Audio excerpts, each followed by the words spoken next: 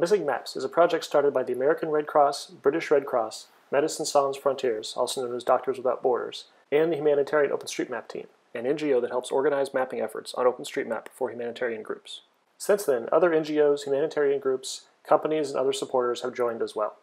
The goal of Missing Maps is to map out vulnerable areas before a disaster occurs to reduce risk and help speed recovery.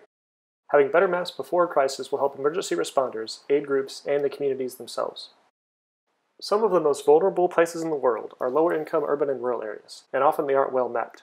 Missing Maps aims to literally put those areas and those people on the map by working with volunteers from around the world, as well as community members who know the area well. The project has 3 steps in each place it works.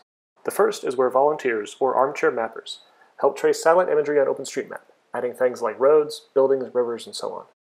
Then in step 2, the Missing Maps organizations work with local groups and local people who live in these communities to ground truth and add details to the map. Details like the types of buildings, schools, clinics, hospitals, and so on, the local names for things, and a lot more. The projects often include training on different mapping and data tools, computer skills, and more. Then in step 3, humanitarian organizations and other groups use the map data that's been created to plan risk reduction projects to improve people's lives in those communities. These maps and data can be used for many things as well, such as planning projects, identifying risks, and advocating for solutions. Missing Maps aims to map 20 million people in vulnerable communities around the world, and has had a lot of success so far in places like Bangladesh, South Africa, Zimbabwe, and Rwanda. And the armchair mappers who help with step 1 can be anyone, students, companies who want to give back, or just everyday people like you. For more information, check out their website at missingmaps.org.